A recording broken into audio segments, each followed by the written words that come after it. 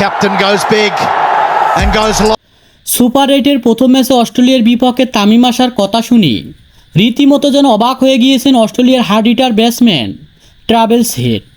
হ্যাঁ দর্শক, বিস্তারিত জানুন পুরো ভিডিও জুড়ে। এবার যেন বিশ্বকাপে বাংলাদেশ প্রথম রাউন্ডের খেলা শেষ করার পর তাদের ওপেনিং পজিশনে ব্যর্থতা আর ক্যাপ্টেন্সির ভরাডুবি নিয়ে তারা যেন একেবারে যেন হতাশের মুখে পড়ে গিয়েছে বাংলাদেশ দল। আর সেখানে যেন বাংলাদেশ দল সুপার 8-এর ম্যাচ নিশ্চিত করেছে তাদের দুর্দান্ত বোলিং পারফরমেন্সের জন্য। তাদের দলের হয়ে যেন দুর্দান্ত অগ্নিঝরা বোলিং পারফরমেন্স করেছে কাটার মাস্টার মোস্তাফিজুর রহমান, রিশাদ হোসেন, তানজিদ হাসান সাকিব এবং তাসকিন আহমেদের দুর্দান্ত বোলিং পারফরমেন্সে সুপার 8-এর ম্যাচ নিশ্চিত করেছে তারা। আর তাই সুপার 8-এর প্রথম ম্যাচে অস্ট্রেলিয়ার বিপক্ষে দুর্দান্তভাবে জয়লাভ করার জন্য হার্ড হিটার ব্যাটসম্যান তামিম ইকবালকে দলে ফেরাতে ব্যস্ত হয়ে পড়েছেন বাংলাদেশের সকল প্লেয়াররা। আর তাই তামিম ইকবাল বাংলাদেশের হয়ে আসার গুঞ্জন শুনি সংবাদ সম্মেলনে এসে একই বলল অস্ট্রেলিয়ার hard hitter batsman travels head. এমনিতেই যেন বাংলাদেশের বলারদের বল খেলা আমাদের জন্য অনেক বড় ঝুঁকিপূর্ণ হয়ে যাবে।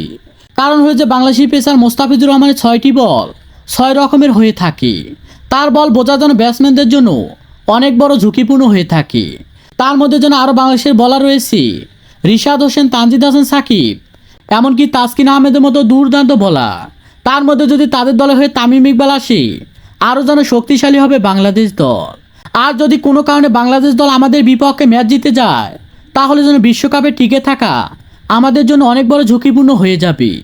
আর তাই আমরা বাংলাদেশের বলার এবং ব্যাটসম্যানদের নিয়ে অনেক বড় বিপদের মুখে রয়েছি।